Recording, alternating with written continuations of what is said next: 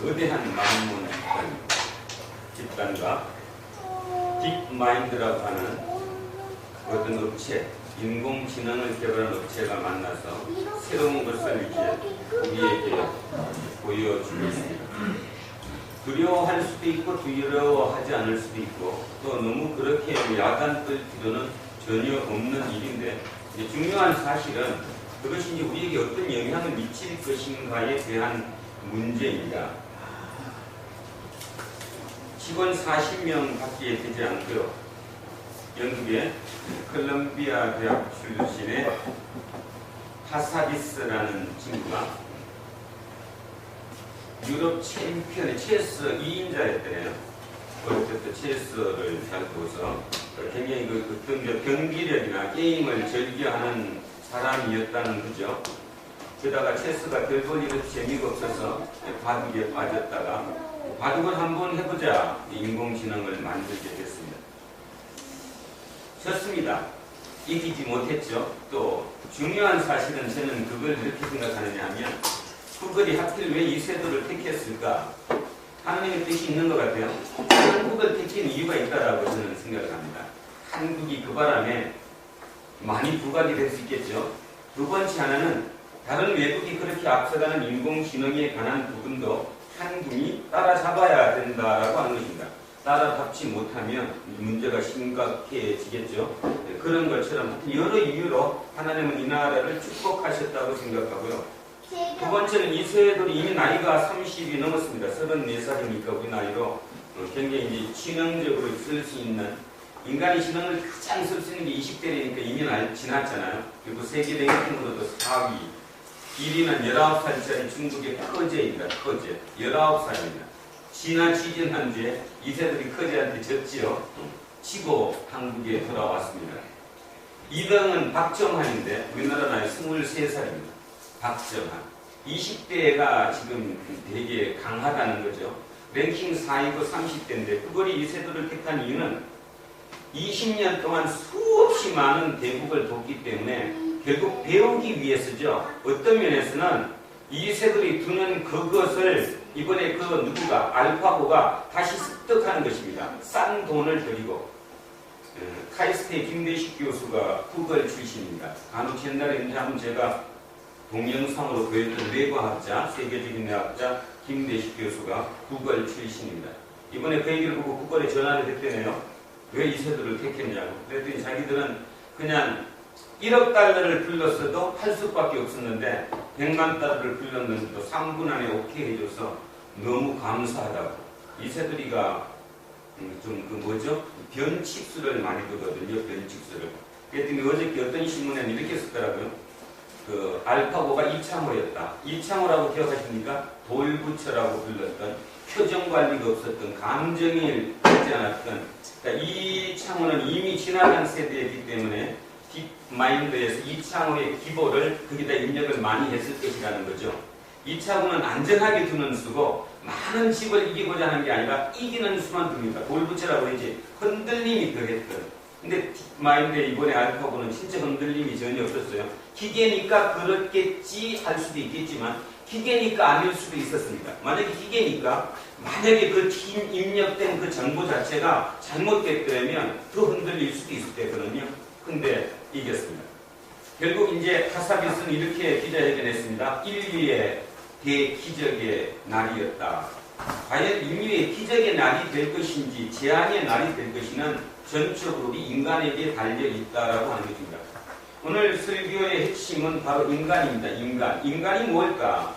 기계한테 지는 인간이 과연 어떻게 살아갈 것인가? 여러 문제가 있겠지만 저는 오늘 이 부분에서 그 지난 한 주간의 세 판의 경기를 통해 전 세계가 굴렁거렸던 그 인공지능을 보면서 신앙적인 관점에서 우리를 다시 돌아보고자 합니다. 아마 오늘부터 출발해서 20대의 또는 10대의 젊은 친구들은 교회의 이탈이 더 심해질 것입니다. 심해질 것입니다. 부모가 교회를 가자고 하니까 교회는 나올지 모르겠지만 하나님에 대한 예수님에 대한 이런 얘기에서는 아주 멀어질 가능성이 너무합니다. 혹시 아이가 아니더라도 어른이신 여러분들 중에서도 이미 그런 사건을 보면서 뭐 하나님이 그렇게 있을까? 인간이 다 하는데 그렇게 생각하실지도 모르겠습니다. 하여튼 많은 신앙적인 관점에서도 대변혁이 일어날 것이라고 봅니다. 저는 첫 번째 조건에서 첫 번째 분명히 이세돌이가 누구랑 뒀어요? 알파고라고는 인공지능 컴퓨터하고 바둑을 뒀습니다. 근데 경기를 보셨으면 알겠지만 앞에 앉은 사람은 아자환이라고 하는 대만계입니다. 대만계. 그리고 구걸의 엔지니어입니다. 실제로 그 기계를 만들었던 엔지니어 40명 중에 한 명입니다. 아마 일단 바둑을 조금 알기 때문에 대만계입니다. 그가 뒀어요. 그죠? 분명히 돌을 놓는 손은 그 아자환이라고 하는 중국계, 아니 대만계 그 영국인이 뒀다고요. 그죠? 그리고 뭘 보고 뒀어요? 옆에 화면을 보고. 이런 화면이 옆에 있었죠. 랩톱으로 이렇게 길쭉하게 생겼던 화면. 그거를 보면서 거기에서 알파고가 지시하는 곳으로 뒀어요. 그 다음에 뭘 해줬어요? 입력을 해줬죠. 이세돌이가 놓은 자리를 그쪽에다 저기 입력을 시켜줬다. 여기서 제가 하나 느꼈던 건 뭐냐 하면, 하나님도 똑같다. 뭔 말이냐 하면, 개념이 같다는 것도 똑같다는 개념이, 하나님도 이 지구별의 4차원의 몸으로 계시질 않기 때문에 이 땅에서 무엇인가를 하기 위해서는 우리의 손과 우리의 몸이 절대적으로 필요하다는 사실을 여러분은 잊어서는 안 된다는 것입니다. 여러분이 살아오는 행동이, 여러분이 밥을 먹는 행동이, 공부를 하는 행동이, 그죠? 여러분이 하는 모든 행동이 하나님에 의한 행동이 돼야 된다는 겁니다. 그거를 첫 번째 유심히 본다면 그 점을 간과해서는 안 됩니다. 하나님이 우리를 통해 역사하십니다. 뭐를 통해? 거기 지시를 통해. 나는 지금 지시를 받아요. 그게 목사의 설교일 수도 있고 또는 이 성경 말씀이죠. 결국은 이 말씀대로 우리는 지시를 받고 살아야 되는데 지시대로 놓지 않는 거죠. 만약에 아저환이 알파고가 놓아둔 수를 놓지 않고 자기 마음대로 내가 높은 수를 놨다면 그건 이미 안 된 거나 똑같다라는 것입니다. 그게 제가 본 첫 번째고요. 두 번째는 뭐냐 하면 세 번 중에 제가 두 번 어저께 거 하고 2차전만 제가 인터넷으로 봤습니다. 첫째 날은 그 수업 시간과 겹쳐서 제가 보지 못했고요. 두 번째 대국을 보는데 끊임없이 해설하는 분들이 실기했네요. 저런 수가 왜 나왔지요? 지금 알파고가 실수한 것 같습니다. 근데 그것이 단 5분도 안 가가지고 이상하게 됐네요. 왜 이게 이렇게 됐지요? 뭔 뜻이냐 하면 인간이 최대로 읽을 수 있는 수는 20수에서 30수입니다. 20수, 30수. 요 돌을 놨을 때 상대가 어떻게 할 거라는 것을 30수까지 본다는 거죠. 이 세 돌은 30수까지 봅니다. 그래서 인간 최고입니다. 여러분은 우리는 두 수도 못 보고 두 수는 뭐야 당장 앞에 나오면 바로 갖다 일어나는 거지. 30수까지 본다는 겁니다. 기계는 30수를 보는 게 아니라 전체 판을 다 읽죠. 경유의 수를 10만 수를 보는 거고 모든 게 다 보는 겁니다. 이유는 왜 그럴까요? 알파고는 어디서 뒀습니까? 알파고 어디서 뒀을까요? 영국에서 뒀습니다. 이세돌이가 돌을 놓으면 지시를 받은 것은 영국에서 지시를 한 거예요. 어디를 통해서? 미국 중서부에 있는 구글 본사의 베이스 캠프를 통해서 온 거예요. 거기에 알파고가 있었던 게 아니다 그런 뜻입니다. 근데 우리는 알파고는 뒀다고 생각하지만 알파고는 두지 않았습니다. 알파고는 영국에 있었고요. 영국에서 그걸 보고 전송을 했고 그 데이터를 받아서 계속 왔다 갔다 교류하는 거죠. 근데 가장 놀라운 사실은 뭔가 하면 시간이 그 차이가 없었다는 거예요. 우리 같으면 전화를 해도 좀 걸리거든. 야 그러면 한참 있다가 여보세요 이렇게 하잖아. 근데 바로 즉각 그 데이터 모든 것을 바로 분석했다는 게 인간이 어쩜 위대한 건지도 모르고요. 그 알파고는 여기 CPU라고 그러잖아요. CPU 중앙처리장치라고 하는 컴퓨터 CPU가 1202대를 합쳐놓은 거고요. GPU, 그래픽 처리장치라고 하는 GPU를 176개 합친 거랍니다. 그러니까 결론적으로 뭔 말인가 하면 이세돌이는 혼자 두는데 반해서 알파고는 몇 명이 두는 거예요? 1200명이 두는 거죠 지금. 1200개의 머리로 조합해서 그걸 두고 있는 거예요.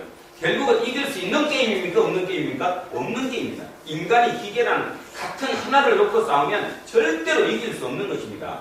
이길 수 없는 게임을. 근데 이세돌은 왜 그거를 승낙했을까? 첫째는 이세돌의 그 저돌적인 거, 저돌적이라니 뭐 자기 창피를 따지는 게 아니라 참 재미나다. 지금도 이세돌은 맨날 밤새서 2, 3시까지 게임한대요. 컴퓨터 게임을 그렇게 즐겨한답니다. 머리를 쓰니까. 그러니까 재미있겠다 싶어서 이제 했다는 것이고, 두 번째는 기계랑 싸우는데, 얼마 전에 4개월 전에 누구랑 싸웠냐 하면 유럽 바둑 챔피언 판후이, 중국계입니다. 판후이, 중국계 프로 2단인데 그하고 알파고가 대결해서 5전 전성으로 알파고 이겼어요. 그러니까 이세돌이 본 것은 그 화면을 받았습니다. 그걸로부터 봐라 이 정도 되는데 당신 두겠냐? 이세돌이가 보니까 그거를 화면을 5판 둔 거를 다 보니까 별거 아닌 거예요. 그러니까 충분히 나한테 승산이 있다. 그래서 처음에 뭐라고 했습니까? 다 이긴다. 혹여 한 판은 질지 모르겠다. 다 이기는데 혹시 한 판은 질지 모르겠다. 몇 개월 전에 알파고입니까? 4개월 전에. 그 4개월 동안에 알파고는 10만 번의 바둑을 뒀대요. 누구랑? 똑같은 2대의 알파고가.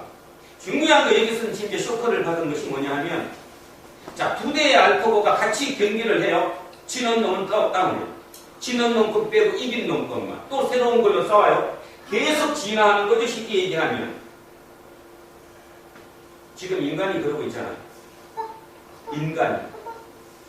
문제는 기계가 인간이 되는 것이 문제가 아니라 인간이 기계가 된 게 더 문제라는 건데, 지금 인간이 기계처럼 삽니다. 그죠? 지면 그냥 끝이에요. 폐물이 되는 거예요. 폐물이.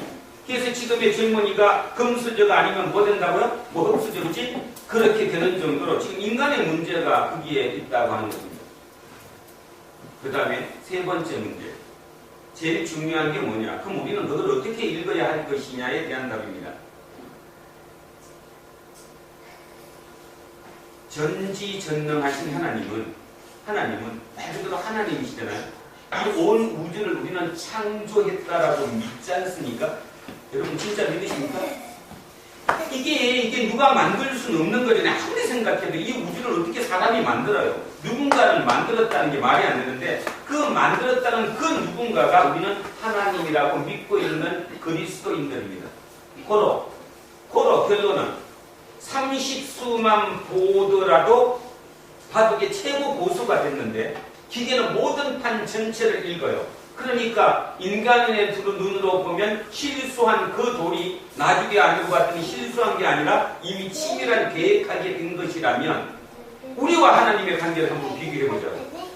하나님이 진짜 천지를 창조하신 분이면, 전지전능하는 분이라면, 그분이 나를 택했다면 지금 모든 내 앞에 놓인 경우의 수, 우리도 지금 바둑을 두고 있잖아요. 오늘 지금도 바둑을 두고 있는 거고요. 어제도 뒀고요. 내일도 둘 겁니다. 둘 수 없으면 살 수 없으니까. 오늘 예배가 끝나고 저 밖에 나가는 순간부터도 또 여러분은 선택을 해야 합니다. 이 돌을 둬야 될까? 저 돌을 될까? 끊임없는 우리는 선택의 수인데, 그 선택의 수에 우리는 어떻게 대응합니까? 저 이상한 돌을 뒀어? 저렇게 두면 안 되는데? 그래서 내 생각대로 두잖아요. 결국 답은 그거잖아요. 아닙니까? 지금 그거 아니에요? 그리고 성공했다는 목사, 성공했다는 장로, 성공했다는 그리스도인들의 그 성공이 뭘까요? 세상에서 많이 취한 거 아닙니까? 명예를 얻고 권력을 얻고 부를 얻고, 그게 성공했다고 믿는 거잖아요. 성경은 처음부터 끝까지 그 얘기를 단 한마디도 안 하고 있잖아요. 엉뚱한 얘기를 지금 하고 있지 않습니까? 그래서 느꼈어요. 하나님은 실체입니다. 실체일 수밖에 없습니다. 우리가 그분을 읽지를 못하니까. 우리는 우리 생각대로 살아가니까. 내게 옳다고 믿으니까. 그게 누구냐 하면 조금 성공한 사람. 그 사람이 누굴까요? 여러분 오늘 심각하게 들어보시죠. 심각하게 듣고 심각하게 한번 생각해 보시죠. 그 인공지능을 보면서 한 군데 지능을 몰아주면, 한 군데의 모든 지능을 몰아주면 그걸 이뤄내죠. 이긴다고. 인간도 똑같습니다. 인간의 뇌도요, 옳고 그러면 판독하지 못합니다. 그래서 그래서 어떻게 얘기합니까? 기도 열심히 해. 매달려. 붙잡고 뜯으며 해줘. 실제로 될 수 있습니다. 왜 될까요? 되죠.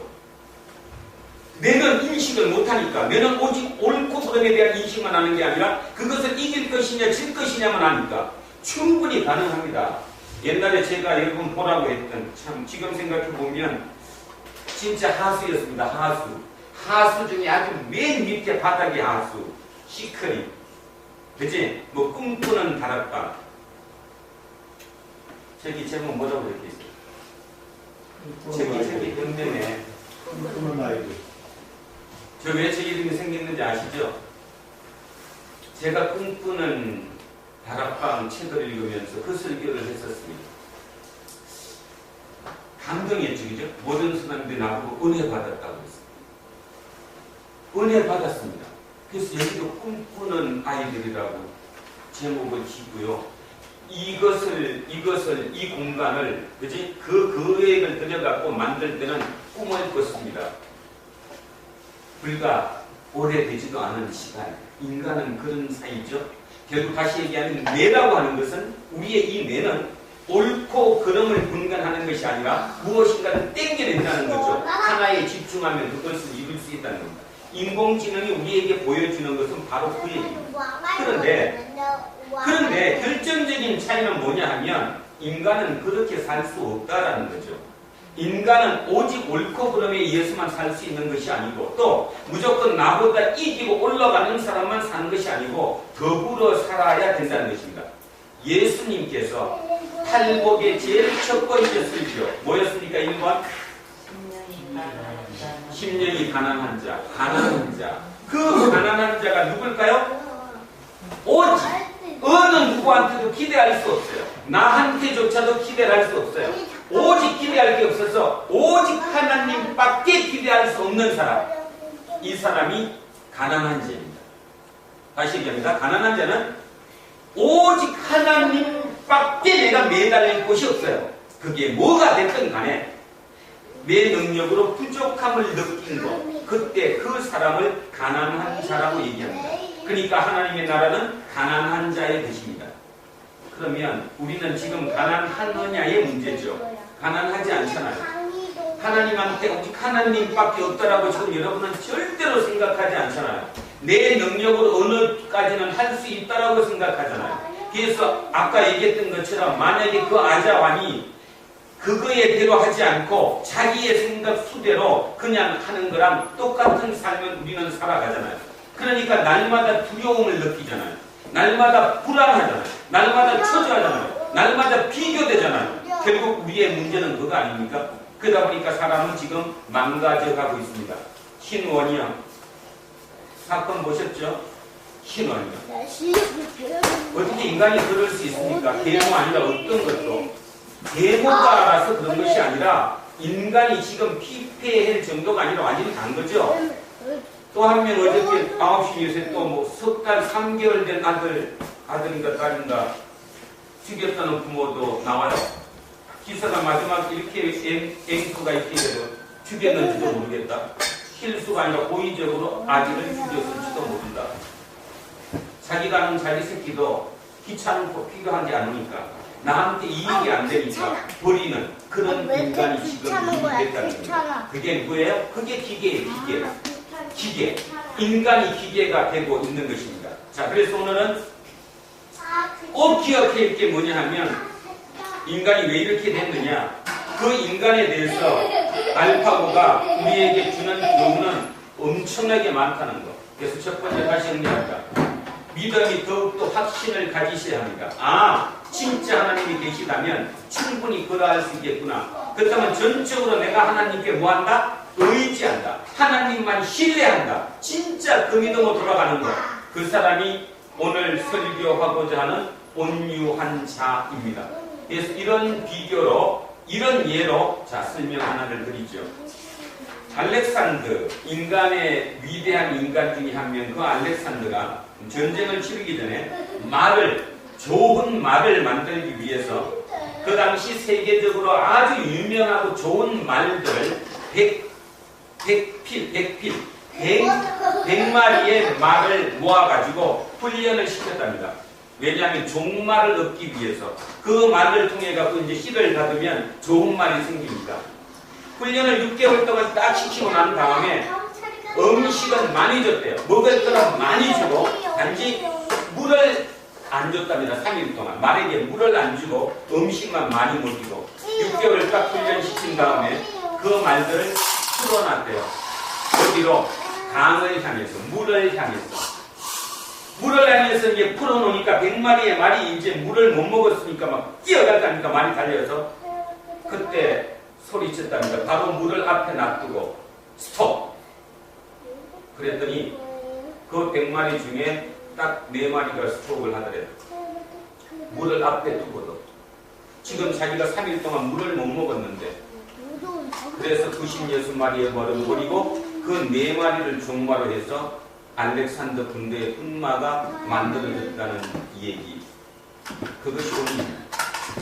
뭐 다른 얘기 할 필요 없어요. 제가 오늘 알파고를 보면서 여러분에게 진짜 말씀드리고 싶은 거. 온유가 뭐냐?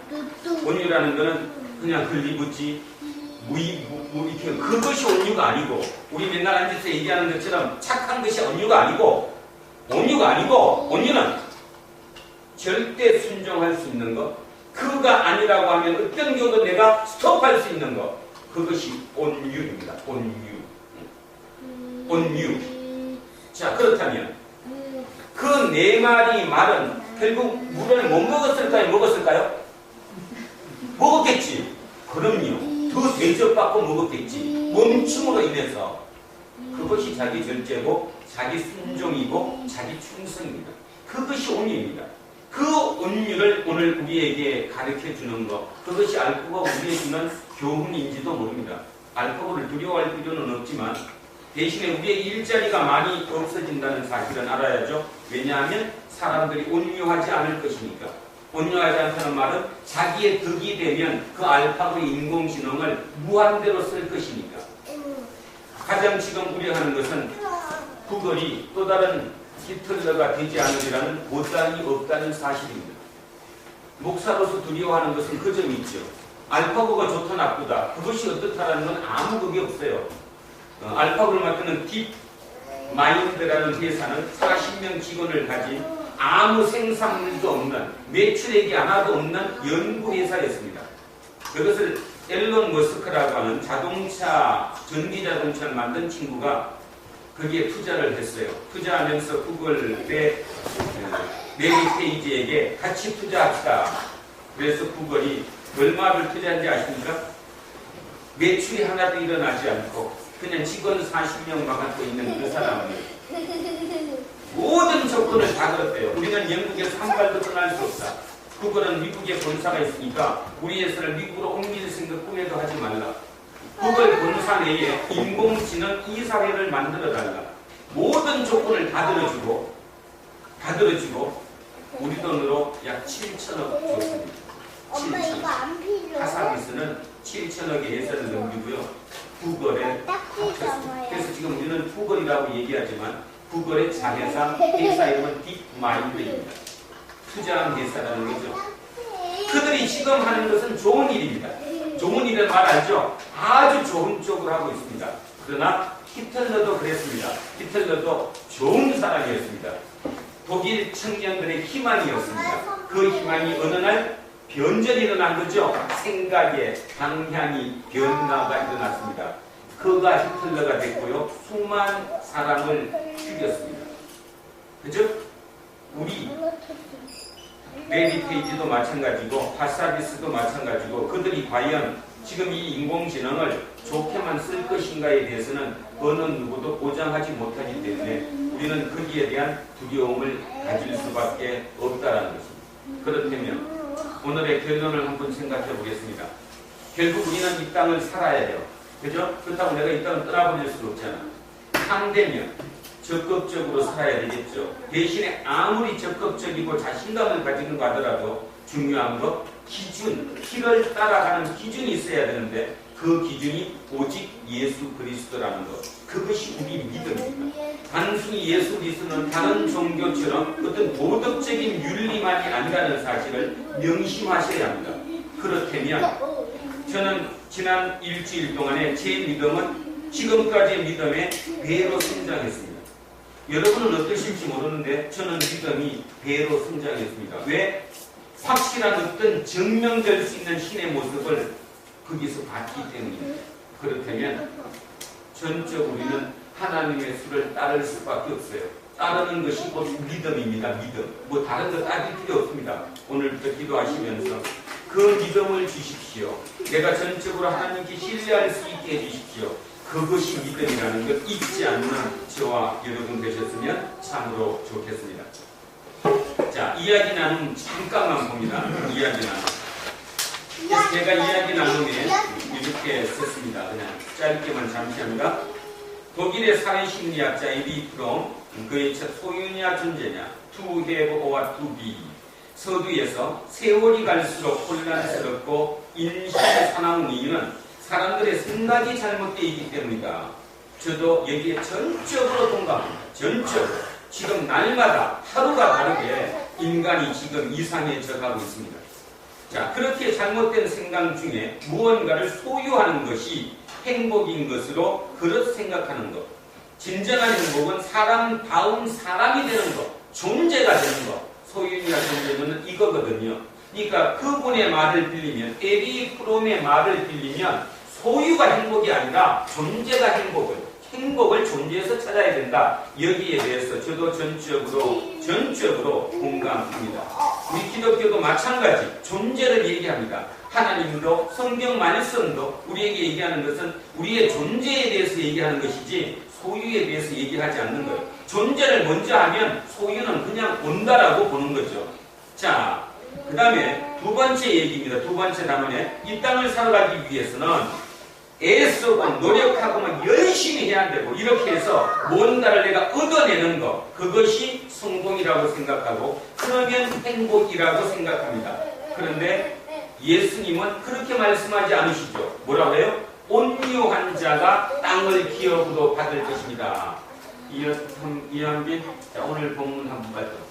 자, 오늘 본문을 다시 보시면 온유한 자가 복이 있나니 그들이 땅을 기업으로 받는데요. 이 땅, 여기서 이 땅은 the earth, 지구입니다. 지구별. 이 지구별을 유산으로 받는 사람이 온유한 자라는 거예요.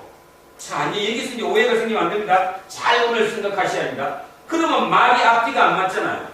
이 땅에서 성공은 뭐냐 하면 쟁취하는 건데, 내가 뭔가를 얻는 건데, 이기는 것인데, 온유한 자. 우리가 생각하는 온유한 자는 이기는 자가 아니잖아요. 뭔가 희생하고 내가 뭔가를 손해보는 자 아닙니까? 이게 하나님 말씀이라는 거예요.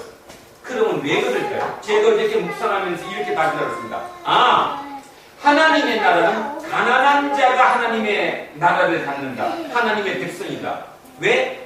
가난한 자는 오직 하나님 외에 다른 대안이 없기 때문에. 하나님 외에 대안이 없기 때문에 하나님께만 올인할 수 있는 사람, 당연히 그들이 하나님의 백성이 되는 거죠. 그 다음 온유한 자는 왜 그럴까? 이번에는 역으로 하나님의 대안입니다. 하나님이 이 땅에 이 지구별에다가 하나님의 나라를 건설하고자 하는데 하나님의 나라를 건설하기 위한 하나님의 대안은, 자, 아까 얘기하면 다시 돌아가면 알파고가 바둑을 두는데 직접 둘 수 없으니까 누군가의 중간을 세웠습니다. 그를 통해서 바둑을 둡니다. 아자왕을 통해서. 똑같이 하나님이 이 땅에다가 하나님 나라를 건설하기 위해서는 누군가의 이 땅에 사람이 필요한데 그 대안이 누굴까? 온유한 자. 온유한 자. 온유한 자가 아니면 이 땅에 하나님 나라를 만들 수가 없어요. 그 온유한 자라니까요. 자, 그런데도 우리는 그걸 안 믿어요. 온유하면 세상에서 손해본다라고 생각해요. 손해본다. 내가 왜 손해빈을 왜? 하나님은 눈 감아 주실 거야. 그래도 그러면 안 되지. 모두가 그렇게 안 되니까 이 땅은 영원히 하나님 나라가 올 수 없는 건지도 모릅니다. 자, 하나님 나라는 하나님의 대안이 온유한 자라는 겁니다. 다시 얘기합니다. 첫 번째 누구의 대안은? 대안이 없이 오직 하나님만이 대안인 자가 가난한 자고, 그 가난한 자에게 하나님이 나라를 주시는 거고, 하나님이 나라를 만들기 위해서 하나님의 대안은 누구냐? 적극적인 자? 아니에요.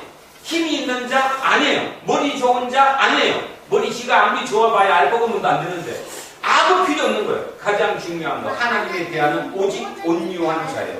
아까 그 말처럼 멈춰 그러면 멈출 수 있는 그 사람만이 하나님의 대안일 것이라는 것입니다. 맞습니까? 맞습니까? 아멘. 말로만 아멘인데 실제는 또 안 되는 거죠. 보는 게 틀리니까. 네. 온유한 자. 그들이 온유한 자. 자, 그런데 세상은 그렇지 않다는 겁니다. 실명은 얘기하지 않겠지만 대충 들으면 누군지 감은 잡히겠습니다. 익산에 가면 아주 큰 교회가 있습니다. 100억을 넘게 지방에다 드린 아주 삐까뻔쩍한 우리 식으로 하면 엄청난 교회가 있죠. 그 교회 목사님은 온 곳을 돌아다니면서 우리 교회 장로님을 자랑하고 다닙니다. 그 교회를 지어진 분한테. 그 지어지는 분은 바꾸기 장사를 해가지고 그렇게 돈을 많이 벌었어요. 공장에 불이 났습니다. 한창 잘 될 때. 그 공장에 불난 보험금을 타가지고 공장을 지은 게 아니라 교회를 지었습니다. 그리고 간증합니다. 내가 그렇게 하나님께 했더니 하나님이 나에게 복을 주셨다. 지금도 제가 이렇게 얘기하면 여러분 스스로도 그것이 당연하다고 믿을지 모르겠습니다. 자, 오늘 사순절 5째 주일입니다. 그분은 지금 엄청난 부를 축적하고 있습니다. 지난 초에는 농수산 홈쇼핑을 샀고요. 펜오션을 샀습니다. 작년에 매출액이 7조 원 가까이 되는 매출을 올렸습니다. 작년에는 신기한 일이 벌어졌죠. 프랑스 파리에서 나폴레옹이 쓰고 다니던 모자를 자그마치 26억 원이라는 거금으로 입찰받았습니다. 제정신입니까? 뭐라고 얘기합니까? 불가능은 없다는 겁니다. 나폴레옹은 불가능이 없다. 자기도 불가능이 없다. 자기 회사 사업 전문 입구에 현관에 그 모자를 전시하겠다. 모자 하나를 26억에 샀어요. 지금도 교회 장로가 끊임없이 그 얘기합니다. 적극적 사고방식을 가져라. 자신감을 가져라. 긍정적인 사고를 가지면 된다. 미쳤습니다. 아시겠습니까? 미쳤다는 거예요. 하나님은 절대로 그 하나님이 아닙니다. 하나님은 폐착이 되더라도 내가 노라는 곳에 너가 거기 돌을 놓기를 원하시는 분이지 내 적극적인 의지로 내 긍정적인 마인드로 내 생각으로 넣는 것이 아니에요. 그것이 하나님의 축복이 아니었습니다. 제가 확언하던데 기대해 보십시오. 앞으로 머지않아 하는 타장을 일으키면서 허무하게 무너지는 모습을 우리 누구도 목격하게 될 것입니다. 제가 특별히 얘기를 하는 이유는 바로 교회 장로고 그것이 우리 기독교, 대한민국 기독교의 전형적인 복이라고 믿기 때문이라는 겁니다. 아니라는 겁니다. 여러분 두란노 교회는 그것이 아니겠던 것 같습니다. 제가 아까 하수 중에 하수였다고 얘기했습니다. 저도 목회 10년 차에 들어가서 최근에 이제 이런 깨달음, 이런 성경 말씀을 제대로 읽혀진 게 불과 얼마 되지 않았습니까? 아는 것을 제가 아니라고 할 수는 없잖아요. 아는 것을. 기억하십시오. 하나님의 축복은요, 내가 진짜 하나님을 신뢰하는 것입니다. 진짜 계심을 믿는 것입니다. 하나님이 급하신 것은 이 땅의 우리 삶이 아니고요, 영원히 우리와 같이 사는 것입니다. 그리고 이 땅에 있는 동안 우리의 이 몸을 통해서 이 땅에 하나님의 나라를 만들어주시고 싶은 것입니다. 그래서 온유한 자가 필요하다는 거예요. 하나님에 대한 온유한 자예요. 온유한 자는 손해보는 자입니다. 이익 보지 않습니다. 먼저 치지 않습니다. 양보하죠. 그죠? 아까 얘기했던 그 장로님처럼 그렇게 공격적이지 않습니다.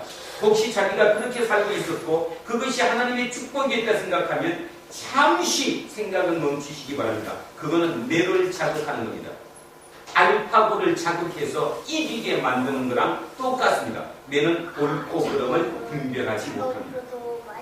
자, 그래서 이제 이 말씀이 실감 있게 와닿습니다. 밑에 저는 보세요. 이사야 55장 8절 9절 말씀을 제가 거기 넣습니다. 자, 제가 읽습니다. 이사야 55장 8절 9절입니다. 내 생각이 너희의 생각과 다르며 내 길은 너희의 길과 다름이니라. 여호와의 말씀이니라. 이는 하늘이 땅보다 높음같이 내 길은 너희의 길보다 높으며 내 생각은 너희의 생각보다 높음이니라. 아멘. 높습니다. 여러분이 하나님의 생각을 절대로 알 수 없습니다. 절대로. 자, 높아요. 하나님의 생각은 우리 생각과 틀리다는 거예요. 그러니까 거기에 내가 전적으로 신뢰해야지만이 아까 그 네 마리 말처럼 스톱했을 때 스톱할 수 있다는 것입니다. 자, 사순절을 보내며 마지막 단락 읽습니다. 우리가 깊이 생각해야 할 것은 우리의 생각을 돌이켜야 한다는 겁니다. 생각을 돌이키는 것, 이것이 회개입니다. 회개인데 탕자의 생각에서 다시 아버지 하나님께로 돌아와야 한다는 것입니다. 몸이 아니라 뭘로? 말 생각으로. 생각으로 돌아와야 되는 거예요.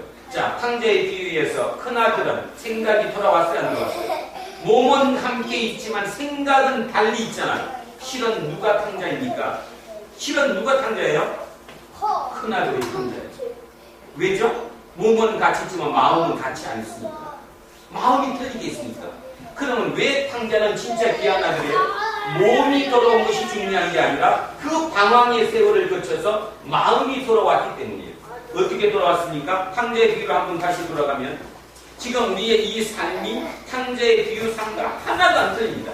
죄가 뭐냐? 하나님을 멀리하고 하나님을 떠나는 게 죄예요. 자, 죄에 들어가면 어떤 경우든 아무리 많은 돈을 갖고도 제 삶을 살지 못하죠. 그 탕자는 돼지우리에서 돼지 먹이를 주는 일로 연명했다고 합니다. 지금으로 따지면 비정규직 알바했겠지, 알바. 배가 고파가지고 지역 열매로 돼지랑 같이 먹는데 돼지랑 싸우는 거잖아요. 지금 인간이 돼지랑 싸웠습니다. 근데 직접 돼지랑 싸웠지만 실은 누구랑 싸웠습니까? 주인 돼지랑 싸웠죠. 주인 돼지랑. 주인은 겉모습은 화려하고 삐까뻔쩍하고 멋있는 모습을 가질지 모르지만 실제 그는 또 한 마리의 돼지였습니다. 돼지가 왜 돼지죠? 진짜 그 사람이 인간이었다면 인간을 먼저 먹여야지. 배고파 죽는 사람인데 좋은 거는 못 줄 망정 쥐염 열매라도 배불리 먹게 하는 것이 지극히 정상적인 인간이죠. 그는 또 한 마리의 돼지였습니다. 나는 왜 돼지입니까? 나는 거기 속에서 돼지처럼 같이 치고받고 싸우니까. 우리의 지금 삶이 여러분을 포함한 저 마찬가지 지금 우리 모두가 돼지우리에서 돼지랑 싸우고 있는 거예요. 돼지랑 싸우고 있다는 것을 깨우치면 돌아와야지. 누구한테? 아버지한테 돌아온 거 아니라고 그랬죠? 이 주인하고 다른 주인한테 온 거예요. 이 주인은 돼지 같은 주인인데 우리 아버지는 적어도 그런 주인이 아니라 같이 나눠 먹고 배불리 먹게 해주는 주인, 그 주인에게 돌아온 것입니다. 그게 쉬울까요? 어렵습니다. 아마 주변에 얘기했겠지. 야, 너네 아버지한테 돌아가면 죽어. 맞아 죽어. 야, 네가 그러고도 살겠냐? 당연히 안 그랬을까요? 당연히 그랬겠지. 그런데 너무너무 고통스러우니까, 그죠? 너무너무 돼지하고 싸움이 힘드니까 마음을 바꿔치게 한 거예요. 나에겐 오직 누구밖에 없다? 아버지밖에 없다. 돌아오니까 사는 것처럼 우리 이제 그만 멈추고 돌아와야 한다는 것입니다. 돌아오면 편하거든요. 돌아오면 진짜 편안합니다. 돌아오면 진짜 마음속에 두려움 없어질 수 있습니다. 정신병 사라집니다. 모두가 정신병자입니다. 조금만 뭐 하면 그죠? 다 죽어요. 전부 다 얼음이 돼서 찌르고 난리를 피우는 이 두려운 세상, 돼지우리에서 탈출해서 돌아오는 것, 그것이 진정한 회개입니다. 사순절 5번째 주일, 하나님께서 우리에게 주시는 메시지는 뭐냐 하면 이제 그만하고 돌아오라는 거예요. 나는 너밖에 없다는 거예요. 나에 대하는 너밖에 없다. 온유한 너밖에 없다. 그러면 너는 왜 온유할 수 있느냐? 너는 대안이 나밖에 없습니다. 나 또한 대안이 너밖에 없습니다. 그래서 온유한 자, 가난한 자, 그들이 같은 자입니다. 그들만이 이 땅에 하나님 나라를 만들 수 있는 거죠. 알파고의 정보는 그겁니다. 너네끼리, 진짜 너네끼리 인간답게 서로 도와가며 격려하며 같이 배려하며 살아가는 것 만들어라. 그것이 하나님의 나라이다. 그것이 우리의 사명이라는 겁니다. 그렇죠. 근데 우리는 날마다 그걸 잊고 산다고 하는 겁니다. 그리고 그 말에 배반합니다. 자, 조금 더 줘라도 돼. 멈추려고 그러는데 하나 더 하겠습니다. 수업하다가도 나는 누가 딴짓하거나 졸면 10분씩 연장합니다. 누구야? 한 5번 하면 절대로 뭐냐? 자, 생명기도 동감합니다. 누구야? 자, 어디를 다 보시느냐 하면 안돼 그거 안돼. 모세를 한번 찾아가서 민수기 12장입니다. 민수기 12장. 자, 온유가 도대체 뭘까? 하나님은 오직 온유한 자가 하나님의 대안인데 그 하나님의 대안인 온유가 뭘까?를 우리 알고 있는 성경 본문으로 다시 한번 돌아가서 보겠습니다. 민수기 12장입니다. 215쪽 맨 앞에 있습니다. 자, 같이 읽습니다. 시작.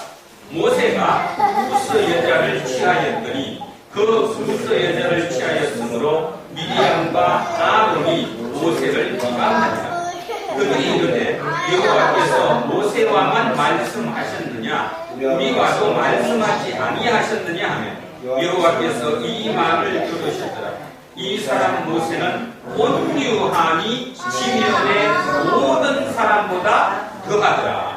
여호와께서 갑자기 모세와 아론과 미리암에게 이르시되 너희 세 사람은 행하고 나아오라 하시니 그 세 사람이 나아가며 여호와께서 푸른 기둥 가운데로부터 강림하사 장막문에 서시고 아론과 미리암을 부르시는지라. 그 두 사람이 나아가며 이르시되 내 말을 들으라. 너희 중에 선지자가 있으면 나 여호와가 환상으로 나를 그에게 알리기도 하고 꿈으로 그와 말하기도 하거니와 내 종 모세와는 그렇지 아니하니 그는 내 온 집에 충성함이라. 그와는 내가 대면하여 명백히 말하고 은밀한 말로 하지 아니하며 그는 또 여호와의 형상을 보거늘 너희가 어찌하여 내 종 모세 비방하기를 두려워하지 아니하느냐.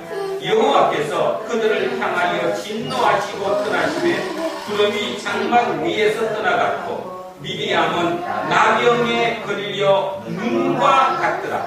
아론이 미리암을 본즉 나병에 걸렸는지라. 아론이 이에 모세에게 이르되 슬프도다 내 지여 우리가 어리석은 일을 하여 죄를 지었으나 청하건대 그 벌을 우리에게 돌리지 마소서. 그가 살이 많이 났어도 모태로부터 죽어서 나온 자같이 되지 않게 하소서. 모세가 여호와께 부르짖어 이르되 하나님이여 원하건대 그를 고쳐 주옵소서. 아멘. 여러 설교를 들으시면서 온유하면 모세에 대한 이 민수기 12장의 이 본 말씀을 여러분 들으셨을 것입니다. 저도 그와 마찬가지 이 온유함이 무엇인가에 대해서 한 번 더 다시 한번 살펴보겠습니다. 미리암이 누구입니까? 미리암이 모세의 여동생이에요? 누나예요? 예? 누나. 얼마나 대담한 누나인지 아시죠? 모세가 태어났을 때 다 죽이라는 명령에도 불구하고 죽이지 못하고 키웠다가 이제 나이가 들어서 그죠? 몇 달이 지나니까 도저히 안 돼서 상제, 빨대 상자에 숨겨서 강물에 갖다 버리고 그걸 지켜본 그 아이, 그가 바로 미리암이었습니다. 대단하죠? 담대하다는 뜻입니다. 겁도 없이. 그리고 공주가 그들을 보는 순간에 공주 옆에 감히 그 어린 꼬마가 감히 일국의 대공주 옆에 가서 유모를 불러드릴까요? 했던 대담한 여자. 어찌 보면 성경에서 나오는 인물 중에 제가 가장 존경하는 여자. 바로 미리암입니다. 누나입니다. 누나. 그렇다면 아론은 오빠일까요? 동생일까요? 아론은 오빠예요. 왜 그러죠? 추측해보면 동생이었다면 아론도 살아날 리가 없잖아. 가족이라고 했으니까. 아론은 오빠였습니다. 자, 그렇다면 제가 왜 이 얘기부터 하느냐. 한 사람의 모세가 있습니다. 물론 모세가 지도자이긴 하지만 지금 모세를 옆에서 도우는 사람이 두 사람이 있는데 그와 누나와 형입니다. 그러면 누나와 형 입장에서는 당연히 동생이 뭘 잘못하면 야 그렇게 하면 안 돼. 할 수 있는 거죠. 할 수 있는 것입니다. 할 수 있는 것이라니까요. 만약에 어떤 이가 한민이가 커도 하는 일이 리더라고 할지라도 잘못하면 야 그건 옳은 것이 아니야. 그렇게 해서는 안 돼. 할 수 있는 거라고요. 요거들 먹을 일이 아니라는 것입니다. 지금 자 여기에서 온유함을 봅니다. 자 모세가 십보라가 죽었어요. 부인이 죽었다. 그래서 다시 결혼을 해야 되는데 결혼한 여자가 누구라는 것입니까? 구스 여인. 구스는 지금의 에티오피아입니다. 쉽게 얘기해서 얼굴이 검은 색깔을 가진 흑인이었다는 것입니다. 자, 여기서 우리는 첫째 모세의 온유함을 봅니다. 어떤 온유함이냐? 구스 여자가 쉽게 말해서 흑인, 에티오피아 출신의 흑인 여성이 왜 이들과 지금 같이 있을까에 대한 답을 먼저 여러분 기억하셔야 합니다. 출애굽기를 보시면 출애굽할 때 누가 왔습니까? 히브리 백성만 나온 게 아니라 그 이집트 속에 있던 약자들 중에 많은 사람들이 같이 나왔어요. 그거 여러분 아셔야 합니다. 같이 나왔어요. 같이. 그러니까 거기에 섞인 사람 중에 누가 있다는 거예요. 지금 흑인들이 있었다는 거예요. 그러니까 누구 입장에서는 모세 입장에서는 흑인과 결혼하는 것이 어쩌면 굉장히 화해시키는 좋은 방법 중에 하나입니다. 관점에 대한 얘기를 하는 거예요. 지금. 그러니까 모세 입장에서 말 그대로 온유입니다. 온유. 내 떡이 아니라 내 개인적인 인기가 아니라 하나님의 영광을 위해서는 모두를 하나 되게 하는 것이 모세의 리더십이거든요. 그런 의미에서는 흑인 여자랑 결혼한 것은 모세로서는 탁월한 선택이었을 수도 있고 리더십일 수도 있다는 것입니다. 그런데 그 리더십에 누가 제동을 걸었어요? 미리암과 아론이 시비를 건 거죠. 그들은 왜 그랬을까요? 순수혈통 때문에 히브리인이 아닌 혈통이 섞인다는 것을 싫어하는 거죠. 지금 우리나라처럼 우리나라 지금도 외국인하고 만약에 우리 학인이가 흑인 여자 듣고 와서 나 아빠 이 여자랑 결혼하려고 그러면 참 막막합니다. 그지? 내가 이렇게 얘기를 해놓고 겉으로 얘기를 보고는 뒤집어지는 거지. 똑같습니다. 그것도 안 시도. 그러니까 당연히 그들은 미리암과 그는 반역을 했어요. 그러면 안 된다. 동생아 아무리 시도되라도 그러면 안 된다. 옳은 것이 아니다. 하나님이 지금 어떻게 했습니까? 그랬다면 두 번째 온유가 나옵니다. 모세는 이렇게 해서야 정상입니다. 실은 형들한테 얘기하는 거죠. 실은 말이야. 내 입장에서는 내가 이렇게 리더로서 모든 사람을 어울러야 되기 때문에 내가 흑인 여자를 그렇게 해서 결혼하는 거야. 뭐 이렇게 변명이라도 자기 얘기를 해야 하잖아요. 한마디도 하지 않습니다. 그럼 두 번째 질문합니다. 백성들은 누구 말이 옳다고 믿었을까요? 백성들, 일반 백성들이 아론 말이, 미리암 말이 옳다고 믿었지. 당연히 옳다고 믿지. 그러면 모세 입장에서 지금처럼 일어나갖고 기자회견이라도 해야 하는 거예요. 이거 그런 생각 아니다. 당신들 생각 바꾸시오. 근데 그거 한마디도 하지 않았어요. 그리고 기도했습니다.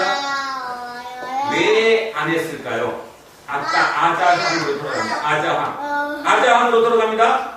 아자항은 어떤 일이 닥쳤을 때 이세돌이 놓은 돌에 대해서 내가 놓는 것이 아니라 지시하신 분대로 놓는 거예요. 그게 가장 완벽한 거니까. 그 신뢰가 있으니까. 지금 내가 놓은 돌에 대해서 상대편이 지금 잘못 놨다고 얘기하는 거예요. 아닐 수도 있는 거죠. 내가 토를 가질 이유가 없다는 것입니다. 아주 중요한 얘기 듣습니다. 온유에 대해서. 온유의 가장 근본은 내가 온유하고 싶어서 온유하는 게 아니라 확실한 신뢰가 있기 때문에 온유가 된다는 겁니다. 그래서 온유는 하나님의 성품입니다. 온유는 하나님의 성품이에요. 내가 온유할 수 없어요. 내가 온유할 수 있는 이유는 내가 절대적으로 믿기 때문이에요. 아자왕이 그걸 보고 돌을 넣은 이유는 자기는 그 돌을 왜 넣는지 모르지만 시켰기 때문에 그것이 옳다고 믿기 때문에 넣은 거예요. 똑같습니다. 우리도. 그것이 온유입니다. 그래서 모세가 온유했다는 것은 바로 그 점입니다. 왜 기자에게 안 했을까? 왜 설득하지 않았을까? 할 필요가 없는 거죠. 자기가 설득한다고 알아듣는 일이 아니니까. 그랬더니 하나님이 다 불렀어요, 안 불렀어요? 불렀어요. 다 3명 다 불렀죠? 아론, 미리암, 모세 다 불러놓고 말씀하셨잖아요. 너 왜 모세는 나랑 직접 대면해서 내 얘기를 듣는 사람인데 왜 니들이 모세한테 덤벼들었느냐고 책망하시잖아요. 이제 책망의 이유 아시겠습니까? 다시 얘기하면 알파고가 아자항 보고 왜 너 내 놓은 돌에 대해서 네가 왈가왈부하냐 이 얘기하는 거예요. 지금 똑같은 거예요. 자, 그래서 하면서 뭔 벌을 줬죠? 이 벌을 보면 확실히 나오죠. 가장 반대했던 미리암에게 나병을 줬잖아요. 나병이 어떻게 생겼다? 얼굴이 하얗게. 다 아시겠습니까? 흑인에 대한 편견을 그래, 네 얼굴 내가 하얗게 해줄게. 원래 미리암 얼굴은 하였을까요? 붉었습니다. 우리 같지 않아요? 장로님, 이집트 사람들이 우리처럼 이렇게 좀 까마졌죠? 그죠? 응. 그렇잖아요. 근데 아예 하얗게 만들어버린 거예요. 하나님의 심판이에요. 너 하얘 보라는 거예요. 너 저 검은 여자 너 비판하는데 세상이 그게 아닌데 아시겠습니까? 모세는 당연히 기도할 수밖에 없는 거죠. 하나님, 우리 누나 용서해 주세요. 그래서 낫게 해줬다는 거. 그것이 모세가 지면의 온 사람보다 뭐하다? 온유하다는 거예요. 그럼 온유 알겠습니까? 다시 정리하면 온유는 그저 착하다? 그저 말 안 하고 가만히 있다? 그 모든 걸 참는다? 이것이 온유가 아니고 온유는 절대적인 신뢰 속에 내가 아니더라도 그 말이 올 테면 그 말을 따라 하나님 말을 따라서 하는 거예요. 그것이 온유입니다. 고로 하나님의 나라의 일부는 온유한 자만이 하나님의 대안. 하나님의 대안은 오직 온유한 자예요. 온유한 자는 항상 감동이 있어요. 항상 기쁨이 있어요. 두려움이 없어요.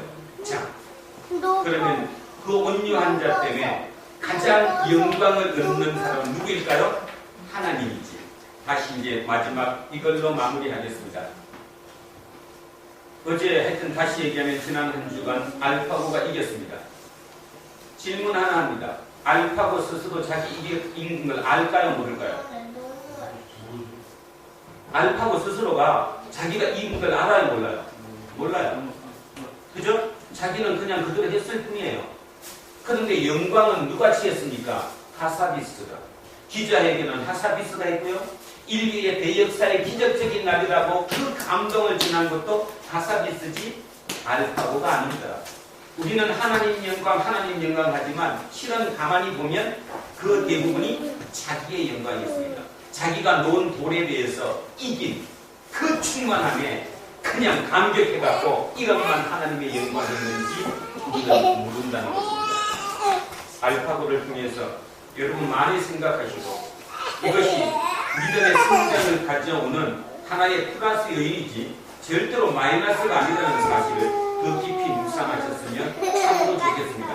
어쩌면 그 알파고 그 사건을 통해 우리는 하나님께 더 접근할 수 있었던 것이지 하나님을 떠나는 계기가 아니라는 것. 특별히 어르신들 잘 기억하시고 여러분의 행동이 바뀌시면 우리의 자식들, 우리의 젊은이들도 우리를 따라올 거지만 우리가 그들에게 덩달아 발맞추면 영원히 이 땅은 그제 불능일 것입니다. 마무리를 합니다. 하나님은 확실히 계십니다. 알파고가 이겼기 때문에 확실히 계신 게 맞습니다. 그리고 그렇다면 이 땅에 하나님의 나라를 만드시겠다는 하나님의 뜻이 무엇인지도 조금은 감이 잡힙니다. 하나님의 나라는 오직 하나님께만 대안이 없는 하나님만이 대안일 수밖에 없는 가난한 자 그들 하나님의 백성이고 거꾸로 역으로 하나님 입장에서는 이 땅에 이 지구별에 하나님의 나라를 건설하기 위해서는 오직 자기 말에 충성하고 순종하는 온유한 자만이 하나님의 대안이라는 것. 우리 두란노 공동체는 바로 그 대안이 되고자 오늘 이곳에 모였다는 것 잊지 않는 저와 여러분 되기를 주님의 이름으로 축원드립니다. 기도하겠습니다. 하나님 참으로 감사합니다. 세상은 시시각각 정도가 아니라 시의 시옷부터만 출발하더라도 너무 급격하게 변화하고 있습니다. 그 변화를 따라잡을 수도 없고 그 변화에 그냥 움직이지 못하고 불평하고 바라보고만 있을 뿐 마음속에 두려움만 느끼고 있을 뿐인지도 모릅니다. 오늘 하나님께서 우리에게 메시지를 주셨습니다. 온유한 자가 세상을 기업으로 받을 것이다. 그 말이 진리임을 다시 한번 새깁니다. 이 땅은 우리가 주인이 되어야 합니다. 기계 같은 인간이 아니라 인간이 이 땅을 지배해야 하고 기계는 우리의 구성물이고 우리의 보조일 뿐이라는, 그래서 진정 그 모든 기계를 우리 인간을 위해 사용되어질 때 우리의 탐욕이 아니라 서로 살아가는 그 나라일 때 그곳이 진정 하나님의 나라가 될 것이라는 것 기적 잊지 않는 우리 모두가 되게 하옵소서. 특별히 이곳에 예배드리는 우리의 젊은이들, 아직까지 생각의 깊이가 넓지 못한 저들에게도 하나님 특별한 은혜를 부으셔서 저들 속에 하나님을 신뢰할 수 있고 절대적으로 믿을 수 있는 그 기회, 그 마음, 그 생각을 허락하여 주옵소서. 감사드리며 거룩하신 예수 그리스도 이름으로 기도드립니다.